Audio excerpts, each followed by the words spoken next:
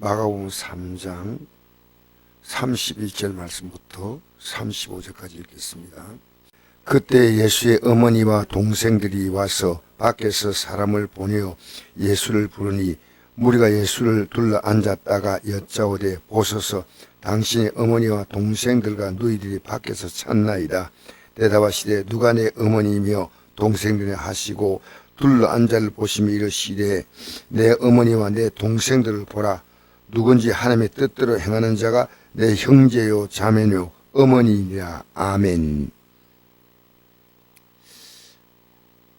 형제들이 볼 때, 형제들이 그 얘기를 들을 때 예수님의 이런 말씀은 우리가 그냥 듣고 지나가면 아무것도 아닌데 굉장히 불쾌한 일입니다. 가족들 보고 남이라는 일입니다.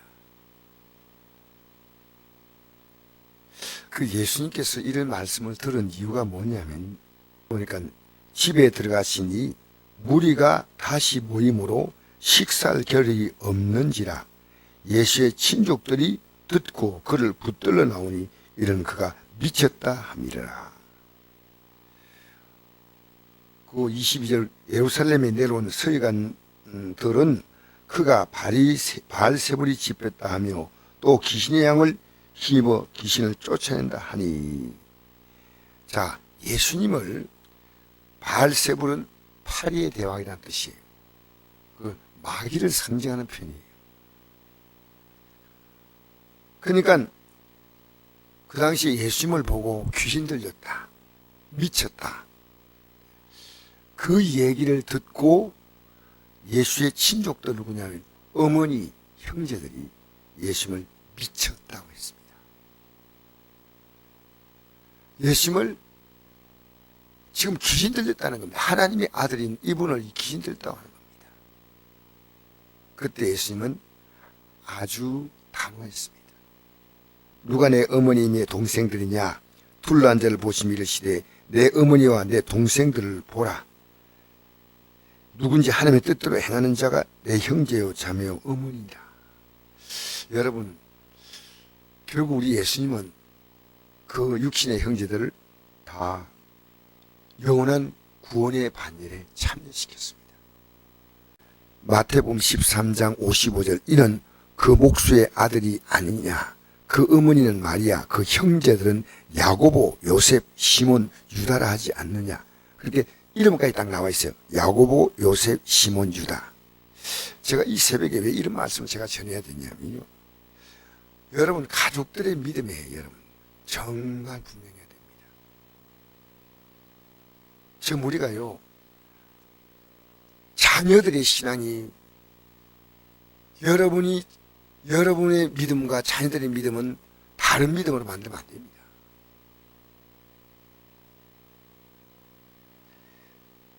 이 자녀들의 믿음이요, 나는 이렇게 믿고 너는 그렇게 믿어. 요즘 애들은 주일날 딱 한 번 나와요. 저는 구원의 믿음 아닙니다. 1시간 예배 드리고 난 다음에 세상을 확 접하는데, 여러분, 정말 우리는 이 시대에 통곡할 시대입니다. 그 자녀들이 믿음 갖고 있다고 생각합니까? 예수님은 형제들에게 이 믿음을 심어주려고 정말 몸부림쳤습니다. 왜 그걸 알 수 있냐면 예수님 십자가에 못 박히시고 부활하고 승천해서 기도하러 모였습니다. 기도하러 모인 장소가 어디냐면 마가의 다락방입니다. 그 다락방인데 그게 다 모여가지고 기도하러 갈 때 그때 예수님과 그 형제들이 거기에 합류했다고 합니다.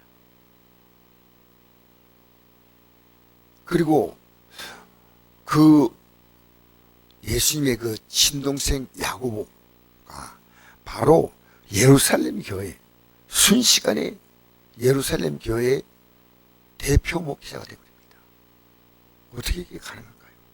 그래서 야고보는 야고보를 기록하고 유다는 유다를 기록하고 이들이 신실한 믿음 가지고 살다가 야고보 같은 경우는 그 돌에 맞아 죽는 스테반이 죽었던 그런 순교를 당합니다.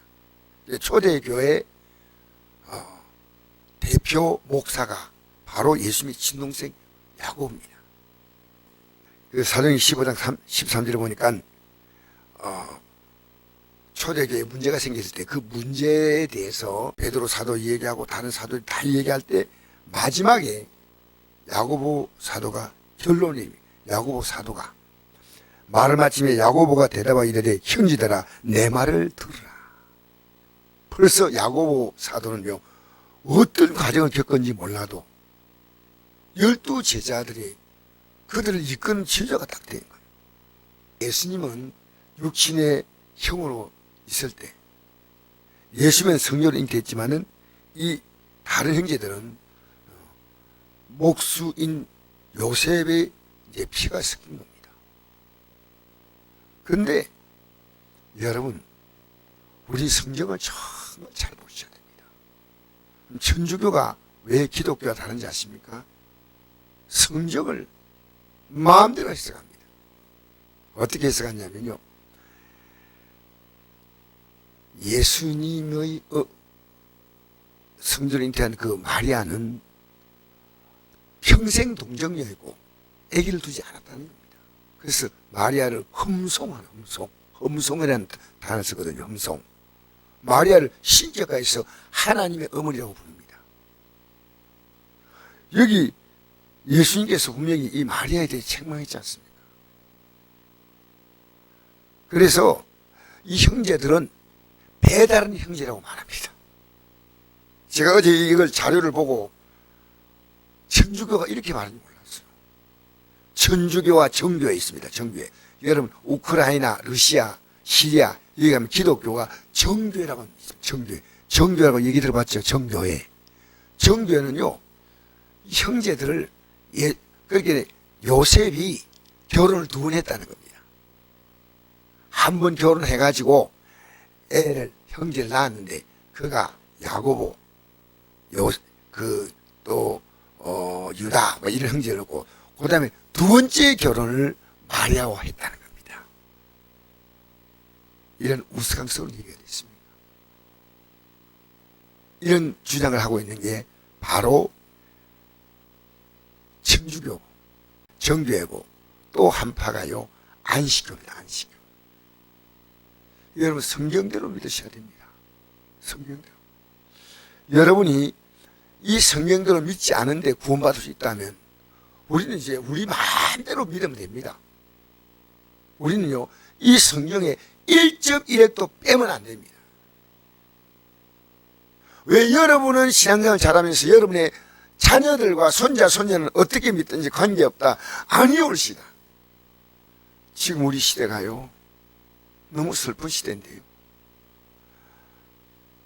자녀들이 내가 어젯밤에 계속 고민한 것이 왜 이 세상에 수많은 가치를 심어주면서 주일날 딸랑 한 번 예배하고 교회에서는 이것이 아무렇지 않은 것처럼 생각하는 가슴 아픕니다. 북한의 저기 주민들은 진짜 아버지 누구라고 생각하지 않습니까? 북한에 김일성, 김정일, 김정은이가 진짜 자기들이 침묵을 하고 있습니다.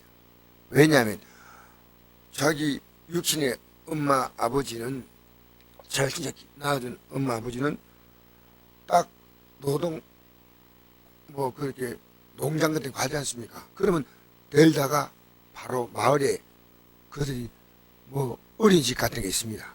여기서요 당신들의 진짜 부모는 누구냐? 이렇게 김일성, 김정일, 김정은이요 그들에게 하나님이에요.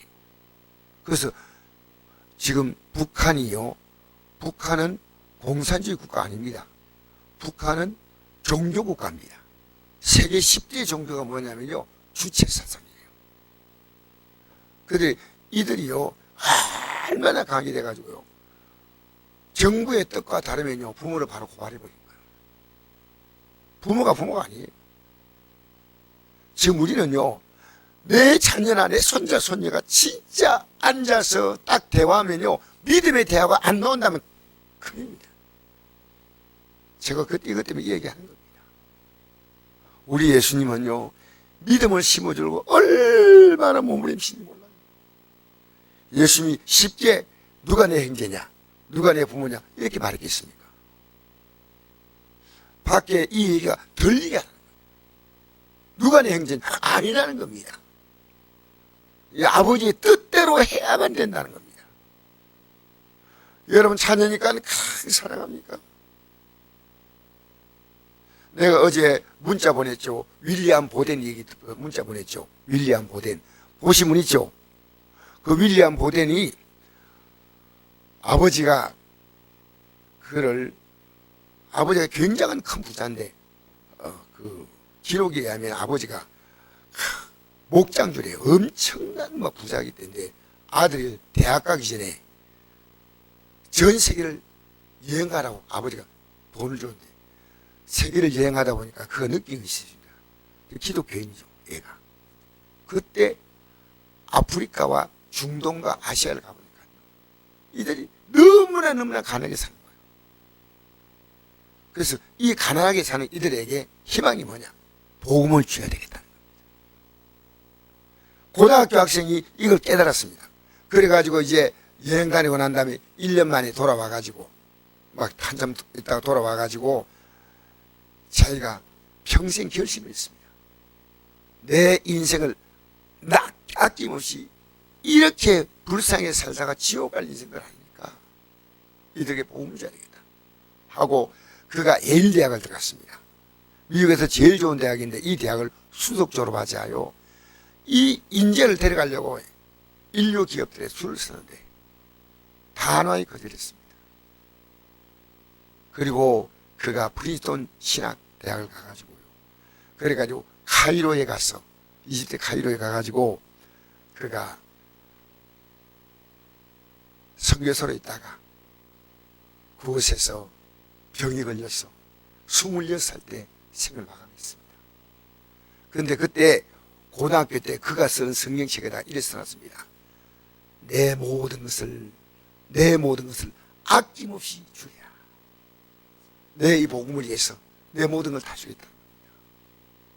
그리고 그가 26살 때 29살에 그게 글을 안 썼습니다. 그 성경에다가 뭐라고 썼냐면요. 나는 결코 후회하지 않는다.